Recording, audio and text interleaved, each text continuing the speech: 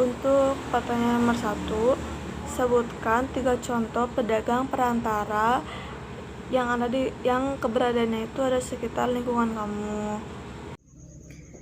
3 contoh pedagang perantara yang ada di sekitar lingkungan aku teh ada tempat grosir, terus juga ada maklar tanah, terus juga ada agen bisnis. Untuk pertanyaan kedua, dari contoh yang kamu sebutin tadi yang di awal, jelaskan apa pembeda dari ketiga contoh tersebut dari karakteristik masing-masing pedagang perantara.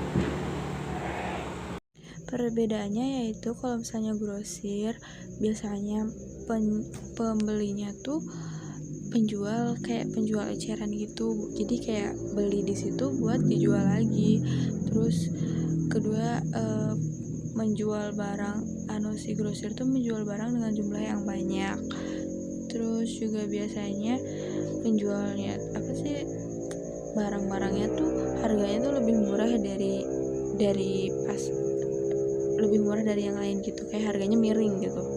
Terus kalau maklar tuh kayak perantara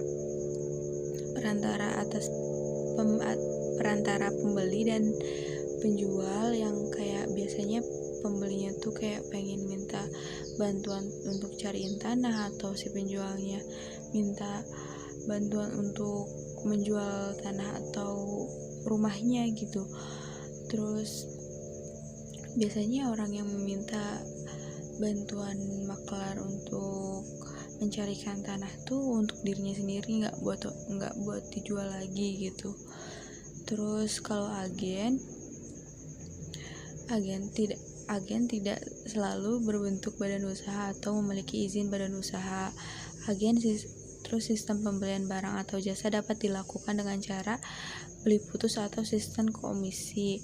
Terus tidak memiliki wewenang atau hak untuk memiliki atau menentukan harga dari barang tersebut. Selanjutnya untuk pertanyaan nomor 3, menurut kamu peranan pedagang perantara dalam keberhasilan studi bisnis itu seperti apa?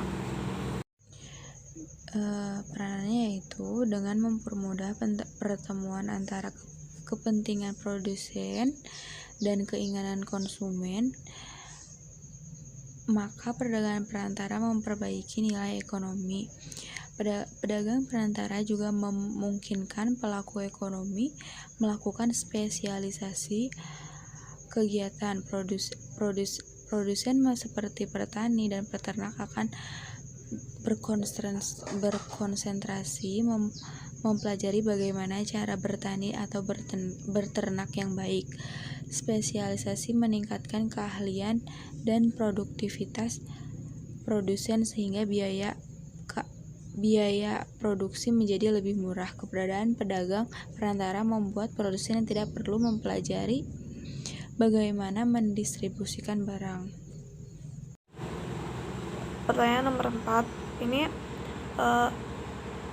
sebutkan atau jelaskan dasar hukum dari salah satu jenis pedagang perantara. Dasar hukum, saya mau mengambil contoh dasar hukum dari maklar, yaitu dari pasal 62. Terdapat dalam pasal 62 sampai 74 KUHP, yaitu maklar adalah yang menjalankan perusahaan dengan menghubungkan pengusaha dalam pihak ketiga, yaitu pasal 62 KUHP. Terus maklar wajib membuat pembukuan, terdapat pada pasal 66 KUHD, dan harus memperlihatkan catatannya jika diminta oleh para pihak, terdapat dalam pasal 67 KUHD.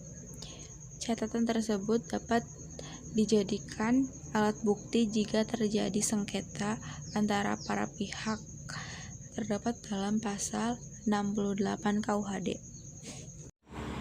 Untuk yang terakhir atau pertanyaan yang kelima itu, Sebutin tuh satu kasus dari sengketa pedagang perantara disertai latar belakang kasusnya, terus pihak yang terkaitnya, dasar hukum yang terkait, serta penyelesaian sengketa tersebut seperti apa. Contoh kasusnya adalah, jadi ada penjual tanah yang meminta bantuan maklar untuk menjual tanahnya. Nah, dan penjual ini menjual dengan harga 100 juta. Dan maklar ini mendapatkan pembeli, dan pembeli ini menyetujui syarat dan ketentuannya, yaitu menjadi 160 juta. 60 juta ini untuk si maklar. Nah, sesudah itu pembeli juga udah mengelola tanahnya beberapa saat kemudian, si pembeli ini ingin membatalkan perjanjian pembelian tersebut dan disetujui oleh penjual, dan meminta uang kembali kepada si maklar. Tetapi kayak maklarnya nggak mau, karena 60 juta itu emang udah hak dia sebagai komisi gitu. Dan penjual dan pembeli ini akan memikirkan untuk mengancam untuk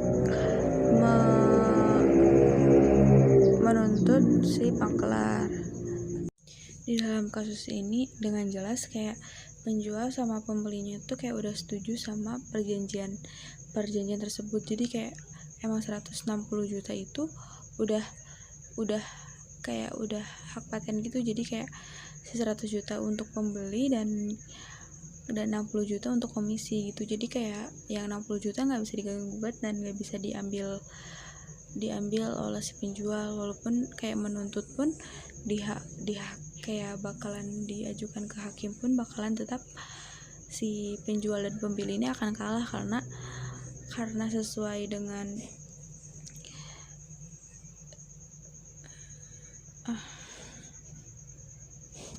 Pasal 63 Kitab Undang-Undang Hukum Dagang, yaitu atau KUHD, menyatakan perbuatan para pedagang perantara yang tidak diangkat dengan cara demikian tidak mempunyai akibat yang lebih jauh daripada apa yang ditimbulkan dari perjanjian pemberian amanat. Dari situ kayak udah terlihat gitu kalau misalnya si maklar ini nggak ada sangkut pautnya sama